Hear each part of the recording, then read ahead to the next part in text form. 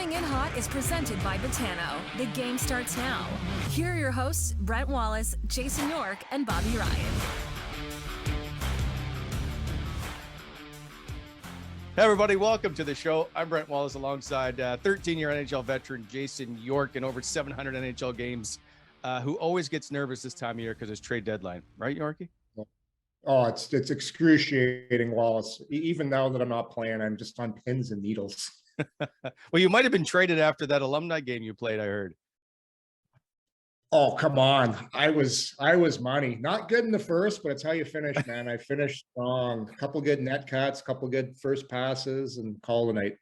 All right. Well, by the way, Yorkie is in the lovely state of Arizona, and Bobby is on vacation. So it'll be Yorkie waiting to get to his tea times. We won't waste any more time. This show is always brought to you by Botano.ca.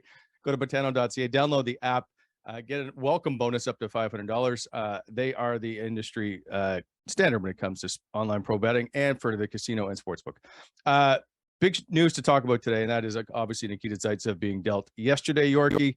I know you're devastated, but we'll not waste any time on your thoughts just yet. We're going to bring in NHL insider from the NHL Network and from the fourth period, David Pagnotta. Dave, nice to see you as always. I know you need to shovel out just like I do later today.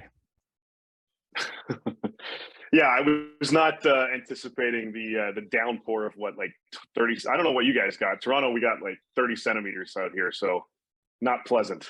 You know the jokes are coming about the military, right? Oh, I know. Oh, yeah.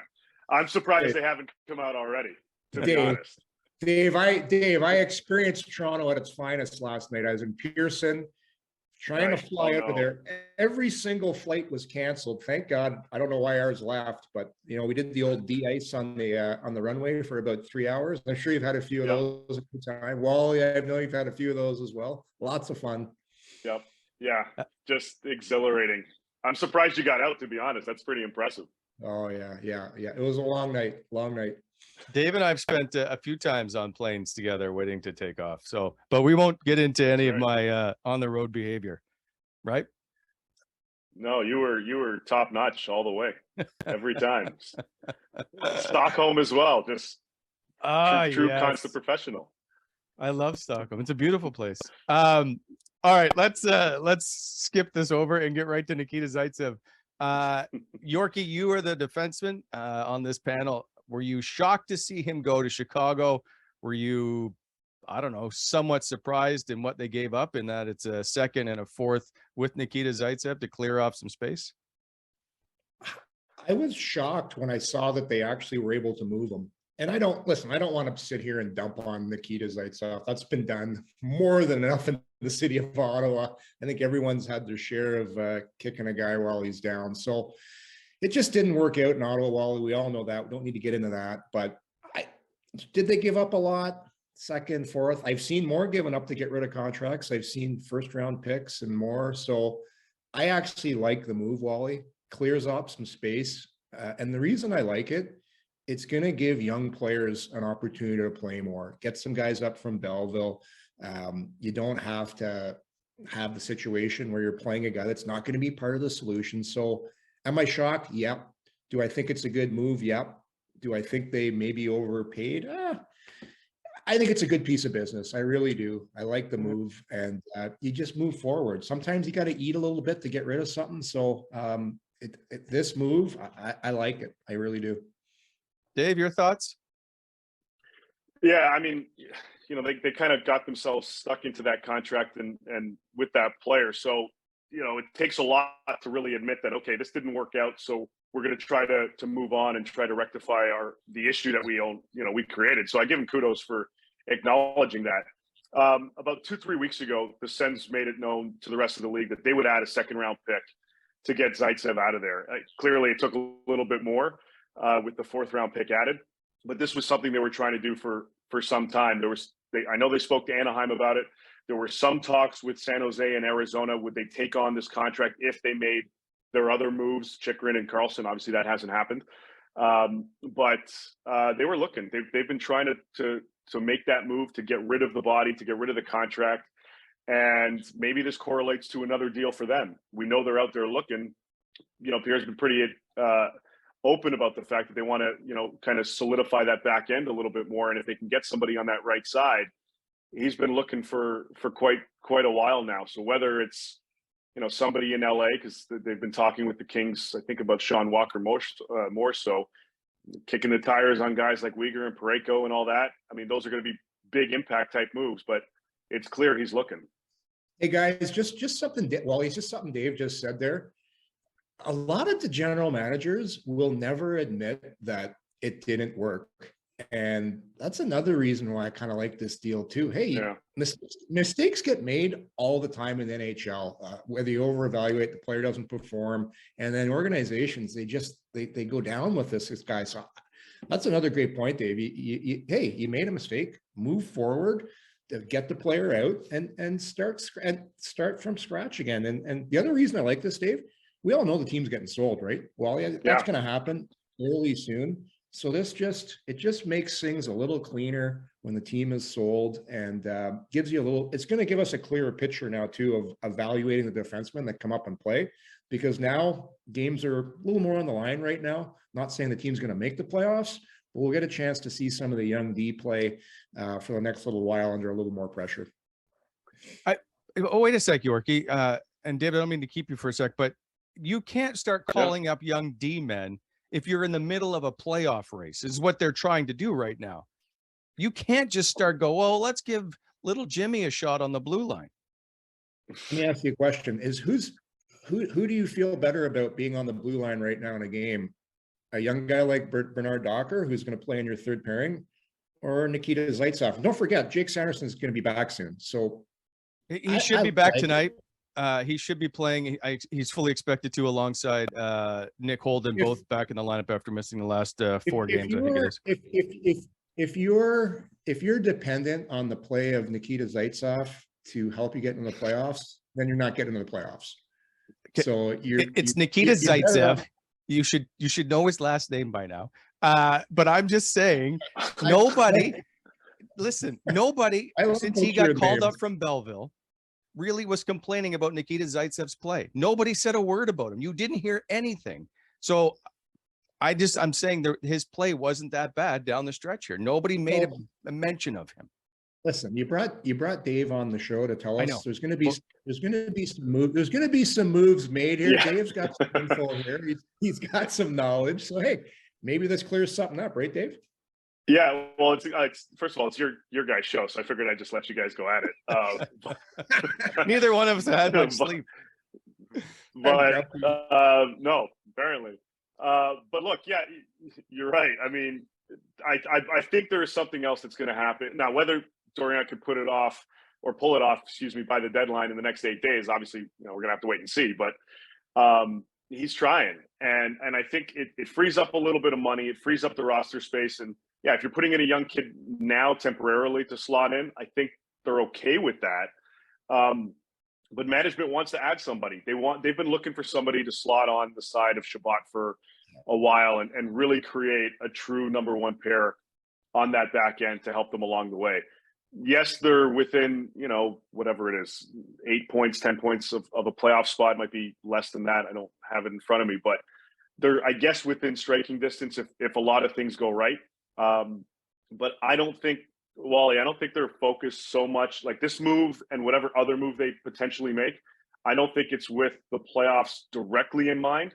I think it's more of a long-term play here that we end up seeing, whether it's the guys I mentioned or it's somebody out of left field. They're definitely looking to try to bring in somebody impactful to play alongside Shabbat. And Wally, we talk about this all the time on the show. This team right now shouldn't be, it would be great to get on one of those magical runs and make the playoffs and go 16-5 down the stretch here. But the smart thing to do here is exactly what Dave said. Think about this team. Where are you going to be 2 years from now? What are we building towards? So I really like it for that reason. It's going to free up space to do something. Okay, so then my question to you is, and I'm okay with that. I don't think the Sens make the playoffs. It's 6 points. It's a tough jump. I get it. Tell that to the guys in the room who are fighting every night, who haven't played meaningful games, who want to try and push for a playoff spot. What do you tell them when you start making these moves? Well, you know what, guys? Next year, we're going to try this again. Well, Go ahead, Dave. I want to hear your take on this. Yeah, well, I mean, obviously you want the guys pushing because you not only want the vets to continue to have that mindset, but you want to have that siphon down to the young kids as well, and play meaningful games down the stretch. I definitely get that. I think from management's perspective, you have to be realistic about the situation. Yeah, the guys are going to do what they need to do in the room and on the ice and try to compete. And you're not telling them to lose by any stretch, but you have to keep the future in mind here, not just this season. Because clearly, I think a lot of people, and myself included, thought they'd be in a tighter race right now for a wild card spot at this point of the season based on some of the changes they made in the offseason. Yeah, they're not there yet, but I think it's more so focused on that long-term side of things. I totally get what you're saying. You got to keep pushing. And I don't think they're going to, all of a sudden the players are going to go, okay, well, Zaitsev's gone. Well, we're screwed. I don't think that's the case. Shut it down. I think, yeah, game over. Okay. But they're going to keep doing what they're doing. But I just from the management side of things, you have to think about the long-term play here. And that's what they've been looking at. So then that leads me to my next guy. Let's go Cam Talbot. If you're going to start moving pieces, and a lot of talk about Cam Talbot, are we now going to see the potential UFA on the move who is going to return to the lineup tonight after missing the last 9 games with a lower body injury? So with Talbot, guys, I think the recent play of Sogard has kind of made people feel a little bit better about things, potentially if you need somebody to come in and take the reins for a little while. I think he's played really well. Yeah. So, and I think a lot what the Senators do from here on to the trade deadline, I don't think they make a move until, at the earliest, maybe the day before, because they really want to see what's going on. Because maybe if they get hot here and they win, I don't know how many games are before the deadline. Let's just say 5, and they reel off 5 in a row here. Maybe you keep Talbot, but thinking ahead, I don't know if it makes a lot of sense. If you can get something for Talbot, I think you go ahead and you move them, just because, again, thinking when this team is going to be, I see them next year as a potential playoff team, 2 years from now, a very good team because their core, I really like the core. So is Talbot at that age going to be the guy? From what I've seen so far this year, it's been up and down. We've seen great Talbot. We've seen Talbot inconsistent. So I'm still unsure of what you get from Talbot 2 years down from now. So maybe if you'll sign a 1-year deal, 2-year deal, who knows? But I think what I said earlier, if you can get something, I think I would probably move them, because you got to think future with Cam Talbot. Yeah, that definitely factors in. I mean, look, things do change if all of a sudden you win 5 in a row. Like Detroit, all of a sudden they're on a bit of a heater and they're in the mix, and they've pulled Bertuzzi off the market, and Yzerman saying, well, maybe we're going to add now. I don't think they get too much in the rental market, but they're in a position to potentially add now because of all the games they have in hand of Florida and the Islanders, and similar situation here. But with Talbot, I know there's interest. There are teams that have reached out. I know Vegas is a team recently that has been poking around on Cam Talbot to see if they can, maybe figure something out. Yorkie, I agree with you in terms of making these types of moves, whether it's Talbot or somebody else on the roster. I could see them waiting. I could see them for 2 reasons. One, maybe all of a sudden you climb and you're right in it, and you got to show your fan base at the same time as much as the guys in the room. Well, we're going to make some changes, but we're going to try to keep certain players as our own rentals because we think we got a shot at least making things fun come April.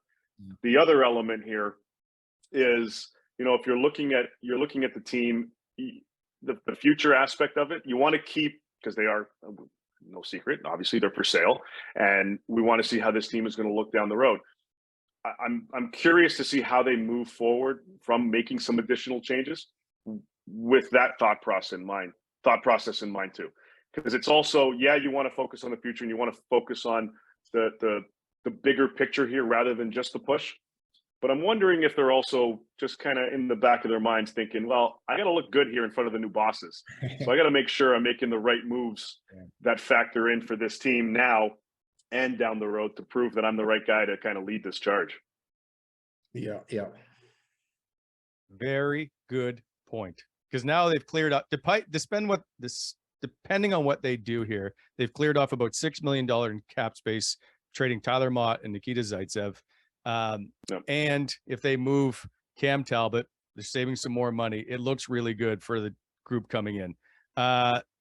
So there's always something else going on, which I'm going to ask you about Austin Watson, but I want to, before we go, ask about the sale of the team and what you've heard. Is there a chance we're seeing perhaps Austin Watson on the move here before the March 3rd deadline?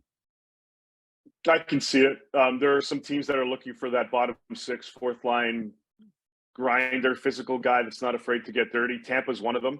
They're looking for. I don't know what I can say on here, but I'll preface it by the FU guy. They want a guy that's not afraid to get dirty. That's I've been told that from multiple people. Mm-hmm. That's what Tampa's looking for, and Watson fits that mold for a few teams.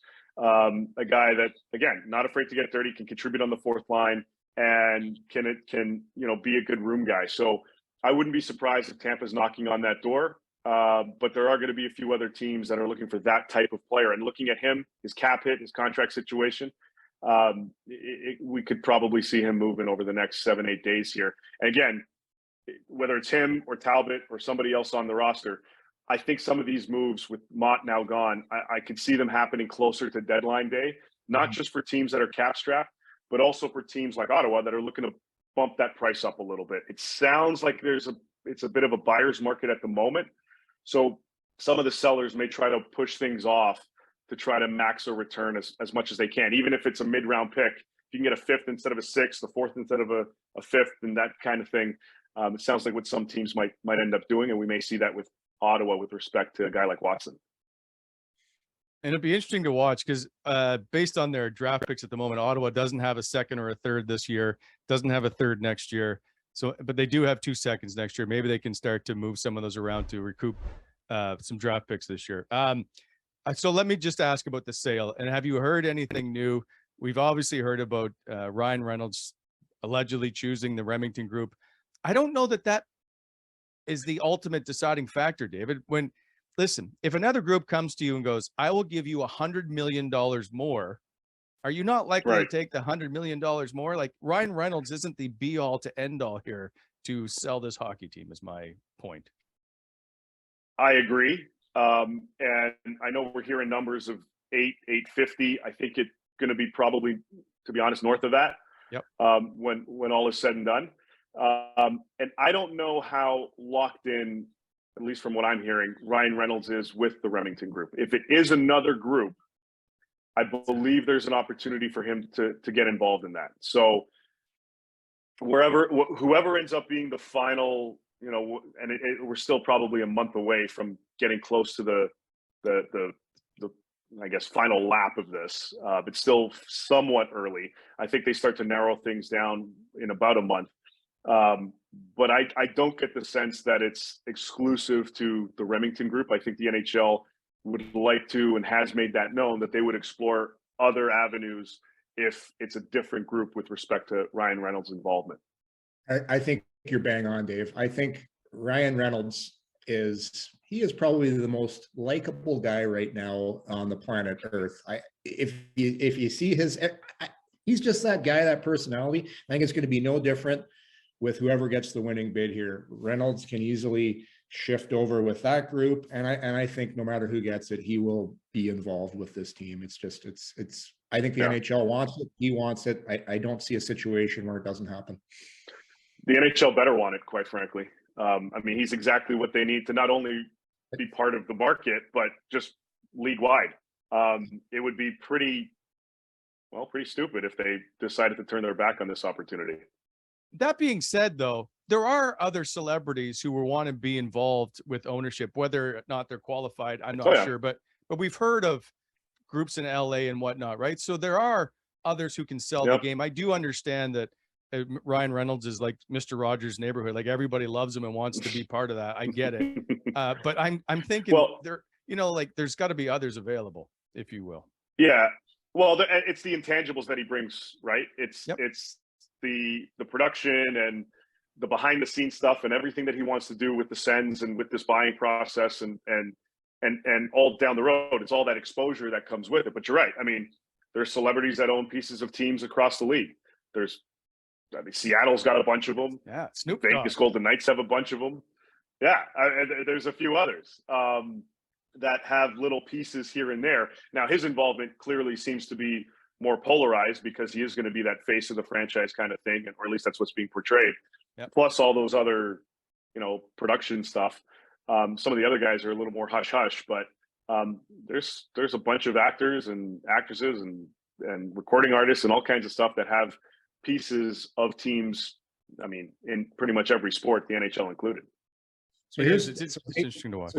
So Dave, here's a question for you, and I'll ask you how much you think this is worth. How many Twitter followers do you think Ryan Reynolds has?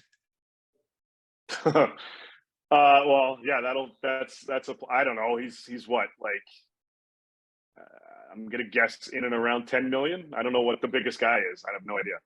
20 million. Okay. 20 million followers. And Instagram, I think, is double. I think he's around, he's 49. It's so, like, what's that worth in today's new world of, right? You want to get to people and you want to get your message out to people as fast as possible. Well, that's a lot more powerful than a commercial that people have people are choosing to follow Ryan Reynolds. That's a lot of power. What's the NHL's following on either of those two platforms? Because I guarantee you it's not close to that. Let me do some research here and check it out. But this is what the league wants and needs. Whether and to have those types of, that's why I think we're all in agreement here, at least with what's been floating around, that he'll get involved in some capacity. And the NHL should, without question, push that as much as they can. I mean, LA uses, for example, and yes, it's a little easier because there's so many more celebs there, but LA uses their celeb fan base more than pretty much anybody. And whether it's Will Ferrell or Snoop or whoever, and it adds to the other elements and adds to the social platforms and adds to the excitement that fans have. And maybe you catch a few more new fans as part of this game too. And selling merch is not, it makes it nice when you got a guy like Reynolds backing it. Yeah. Ryan Reynolds has 48 million Instagram followers. That's pretty, yeah. So that's about 47,900, whatever, more than most of us. Yeah. Yeah. Just a few. The same with the New York Rangers though, right? When you go to New York, right? Yeah. You're always looking to see who's in that section behind the bench. What group is it that's sitting there tonight? The entertainment value. I'll give you my restaurant analogy again. I always bring everything back to restaurants. Which I still don't understand it, but go ahead. Well, everyone wants to go to the restaurant where everyone's at. Where, hey, this celebrity goes there, that guy goes there. Hey, we went. Did you see who was at the restaurant? It's the same thing, man. People like to associate with a person like Ryan Reynolds. It's the same thing. It's why do you think it's the way it works. Yeah, I went to a Ranger game once, and there were a bunch of different celebs, and I'm like, whatever. And then Robert De Niro was there, and I lost it. I was like, all right, that's cool. I'm in the same. I think it was a cup final. I'm in the same building as De Niro. We're watching this is cool stuff. And I mean, that's kind of the takeaway for a lot of people. I mean, that was more impactful for me than I couldn't tell you who else was there. Were a bunch of others, but that was the takeaway for me. So for people to see a guy like Ryan Reynolds, like that game he went to in Ottawa a month or so ago, whatever it was, like the amount of play that got alone was huge, and the fact that the people were losing their minds when they saw him. That's just a huge takeaway for a lot of people when they go to these types of events. Yeah. No, well, hey, for one night on the on Jimmy Fallon's show, the Ottawa Senators were mentioned, and so too was a little suburb of Ottawa called Vanier. Two things I never thought I would ever hear mentioned on the Tonight Show: Vanier and the Ottawa Senators together, and Ryan Reynolds. So he brought all three together. Never thought. By the way, when it comes, your restaurant analogy works for the fourth period when they host an all-star game suite at the Wynn. It is well known to go to this party and to hang out in this particular suite because it is fantastic. And I used to come at the end of the party and get what's left over. Loved every second of it. So those are the best. Little different. We're trying to do it again this year. It's in Nashville, so we got a few things in the works for awards and draft in Nashville. So if you guys make it down, it's going to be a decent time. Yeah, we can stay with Bobby. Free rent, free place to stay. There you go. Huh? There you go. We'll Perfect. just show up. We appreciate your time, David. It's always good to chat with you. I miss seeing you on the road as always because we bump into each other all the time. So take care. I appreciate you stopping by. Thanks, Dave. Yeah, thanks for having me, guys. Take care. And thanks again to David Pagnotta for stopping by. Always good to chat with him. One of my favorite people, the editor-in-chief at the fourth period. Yorkie, as I said earlier in the show, Ottawa's in Carolina, but they play on Friday. I don't know why I'm saying this today, which it's like Death Valley for the Ottawa Senators to go there. They have struggled in their last 21 visits to Carolina, 4-14-3. Only 3, by the way, regulation wins. But they've won 2 of the last 3, so maybe it's a turnaround. They get Cam Talbot back. They get Jake Sanderson and Nick Holden back in the lineup. I just don't know if it's enough. This team, they're unpredictable. Yes. They can win a bunch of games in a row. They can go on a skid. I look at them, they've got so many young guys. When they don't think about stuff and they just go out and play and let her rip, they can beat anybody. It's just which Ottawa Senators team is going to show up. We don't know. Good thing though, you mentioned the record as of late, a lot better in Carolina. And you know what? Going back to that Boston game, I didn't mind them in the Boston game. They actually had an opportunity for a while to maybe win that game. Then it got away from them a little bit at the end. So we'll see. Hopefully Sanderson's back in the lineup.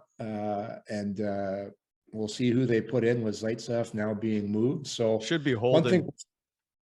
Should be Holden. So I like, you know what?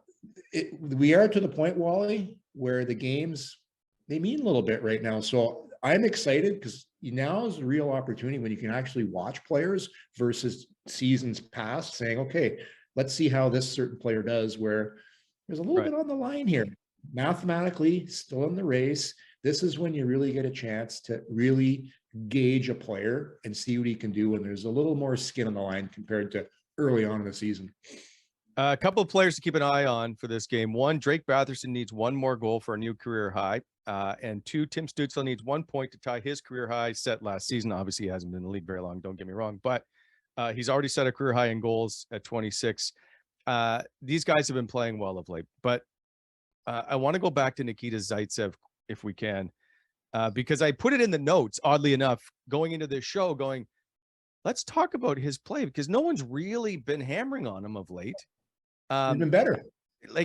He seemed to be fitting into that bottom 6 role. I don't remember too many just blaring gaffes that he gave up, or glaring gaffes.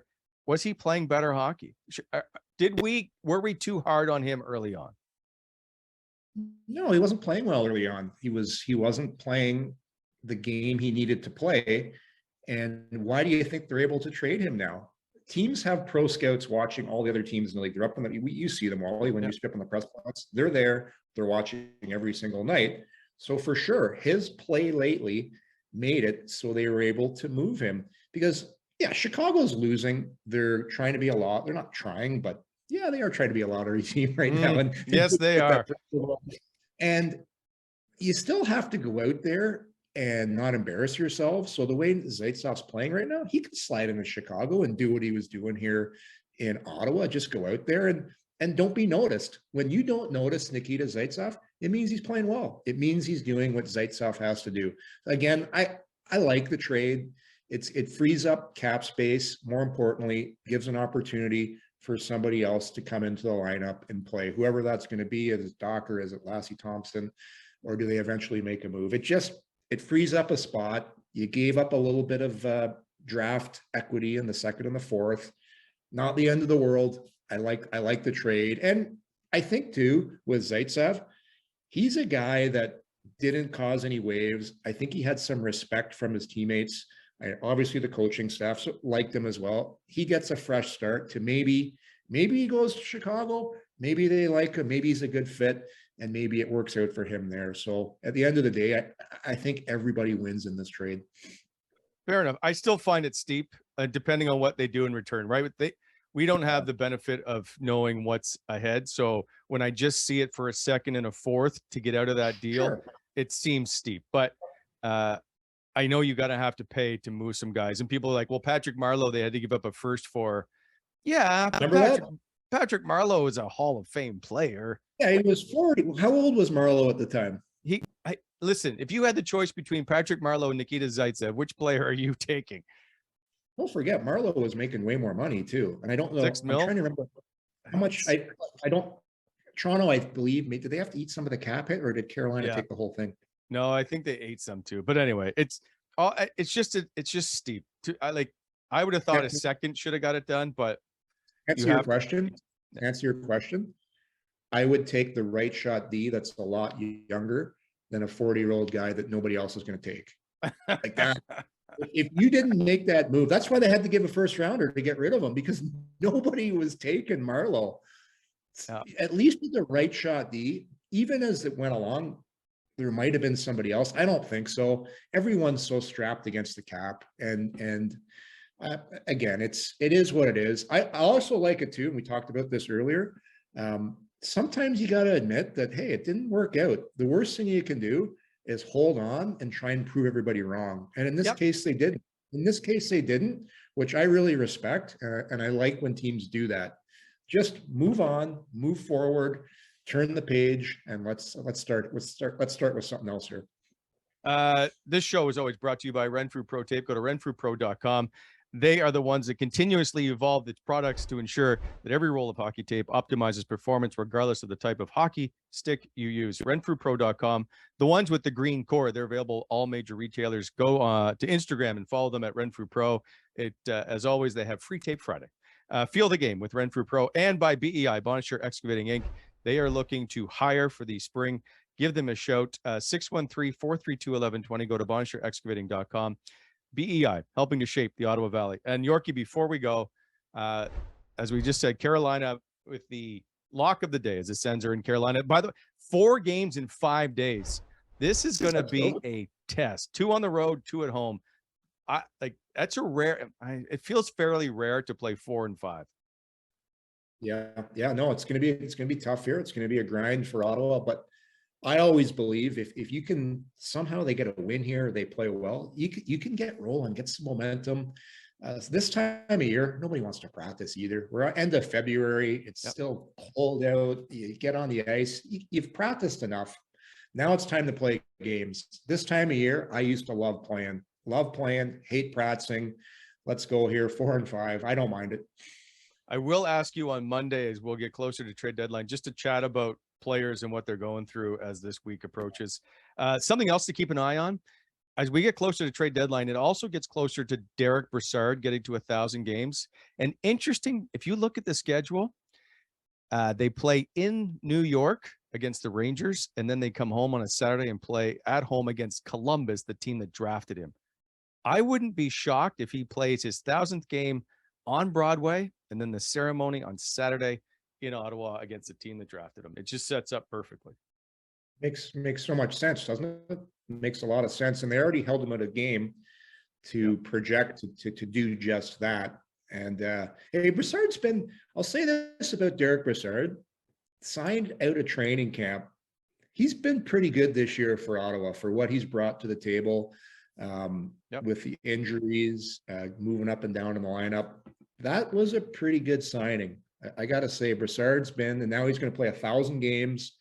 It's another good story building off what's already been done here with the Redden ceremony, Neil ceremony.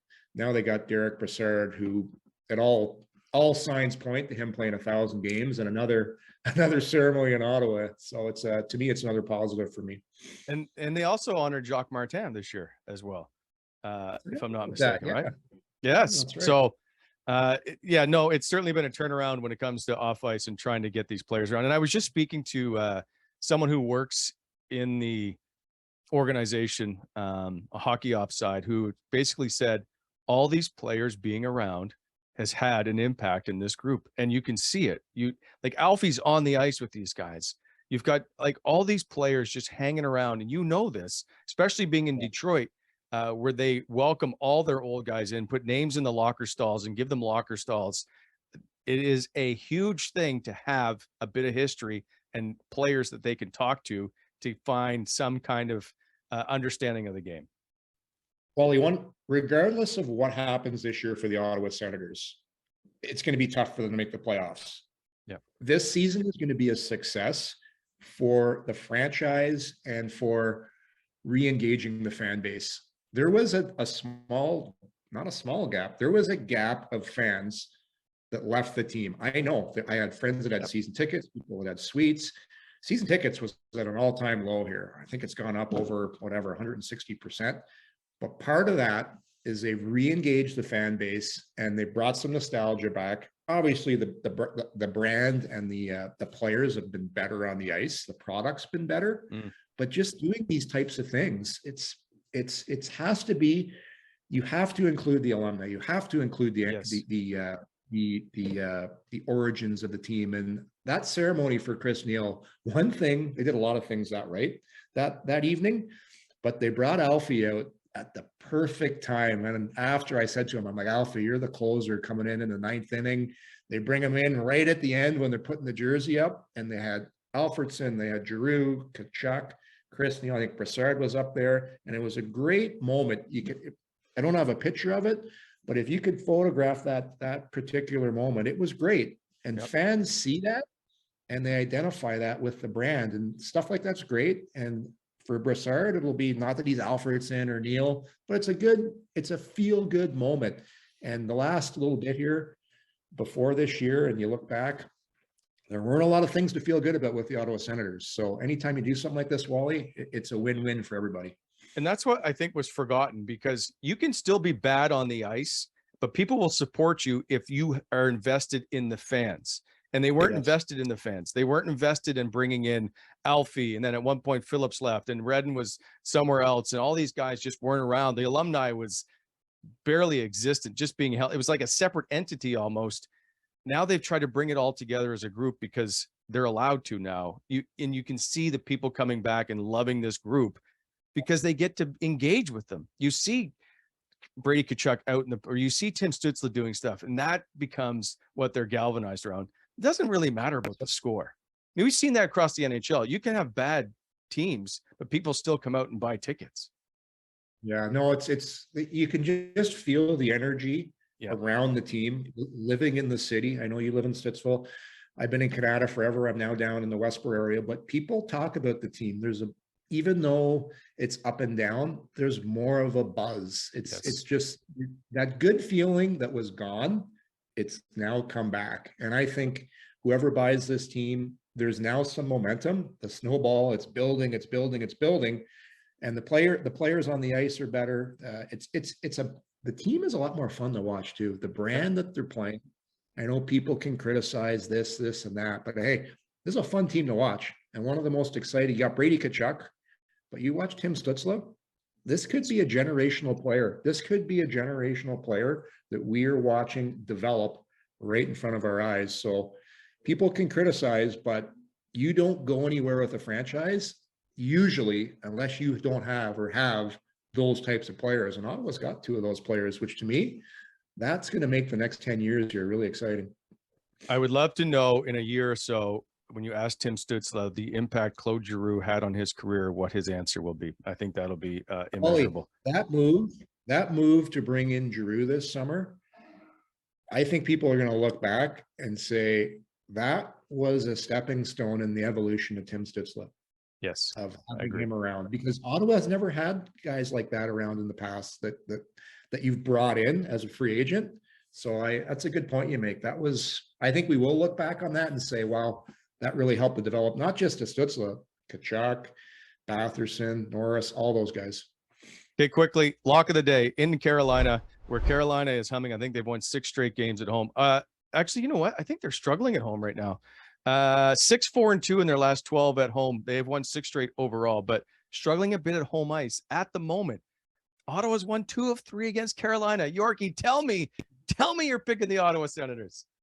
Well, I know you're going Sens for sure, so I can't pick the same as you, Wally. So I'm going to go as much as I'd love to see Ottawa win this game, get a little more buzz going, they have had trouble, not recently. I'm going to pick Carolina in a nail biter. I'm going to take the Canes, so you can go ahead and take Ottawa. No, I can't go against Carolina right now. I just think they're just too good, and they're just rolling. And Bobby is already sending his pick. He's going Carolina, so it's a sweep. We all agree Carolina. Yeah, and we all took Boston, and people were upset. But hey, betting it's not for the faint of heart. You can't pick with your heart. You got to do the logical pick, what you think. And by the way, I got the over in Boston, which I didn't get credit for. I want those points in the bank. Well, we didn't bet on the over. If you want the over under, you're gonna have to pick it on this game. Oh, now I got to do it. Well, Bobby's not here. Forget it. I'm not picking. Right, I knew Boston was going over. We have that on video, by the way. That's on video. It is, yes. But I will. All right, we'll do it on Monday. Enjoy. You got Phoenix. You got the nice, fresh, warm air. No snow around. Go enjoy your golf game. I'm going. Just got to watch out for the rattlesnakes, and hopefully I don't get my ball stuck in a cactus. Yeah. That's a good idea. Words of wisdom from Jason York. See you on Monday, Yorkie. Take care. Yeah, Wally. Coming in Hot is brought to you by Botano.ca. Please hit that like button and subscribe to our channel to never miss an episode.